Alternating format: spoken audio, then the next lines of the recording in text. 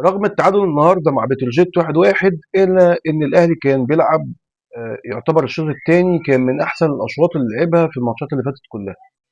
في ماتشات أفريقيا اللي فاتت مع الفريق بتاع بروندي أنا ما كنتش مقتنع أصلا. يعني أنت ماتش محمد هاني في ماتش الذهاب بيلعب كرة عرضية المدافع حطها في نفسه كسبنا 1-0. وهنا محمد علي بن رمضان لعب اسيست لعمر كمال اللي هو برده كان بيلعب باك يمين في الماتش ده وجاب الجول. انما كان على مستوى صناعه الفرص والمهاجمين بيجيبوا جوان او الاطراف الهجوميه زي تريزيجيه وزي بن شرقي وزي الناس دي ما حدش فيهم كان بيعمل حاجه في الماتشات دي خالص، في الماتشين بتوع افريقيا بالذات. ماتش الاتحاد كان فيه هدفين وكسبنا 2-1 وكان ماتش برضه ايه كويس شويه نوعا ما. النهارده الماتش الشوط الاولاني ماتش بتروجيت، الشناوي خرج في كرة ما ينفعش يخرج فيها خالص ودخلت هدف، يعني تسبب في هدف. انت اللي هتطلع تاخد الكرة، يا تطلع تاخد الكرة يا اما ما تطلعش اصلا من المرمى بتاعك وسيب المدافعين يتعاملوا مع المهاجم. طاهر كان في الكرة دي برده كان طالع وكان هو قبل اللعيب اللي هو حامد حمدان وما شالش الكرة، طلع قبل ما الكرة تيجي. فهو نازل كان حامد حمدان بيلعب الكرة مع خروج الشناوي الخاطئ دخلت هدف.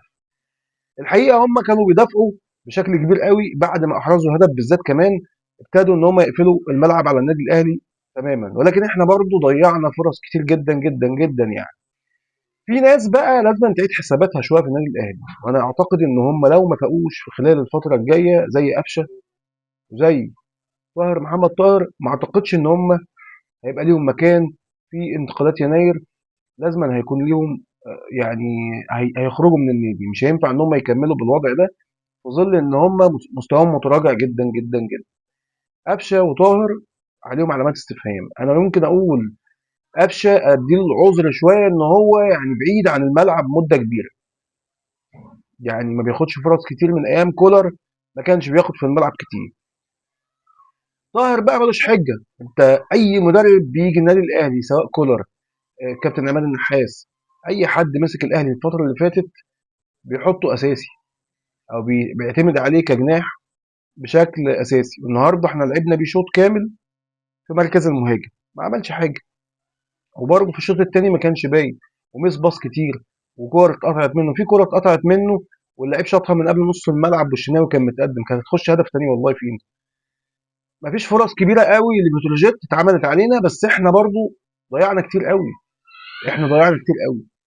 احنا مش هنفضل في الكلام ده كتير. احنا يعني ايه عايزين اللعيبه تفوق شويه ونركز في الملعب.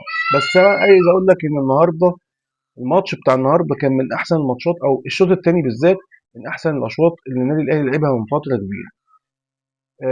نتمنى ان الاداء يتحسن عن كده. في طبعا لسه لعيبه ما خدتش ماتشات كتير زي محمد شكري لان هو لسه راجع من اصابه فده اول ماتش يلعبه. فنتمنى ان اللعيبه تنسجم اكتر من كده ويبقى في تفاهم اكتر من كده. المرحله الجايه ان شاء الله يكون فيها رؤيه اوضح من كده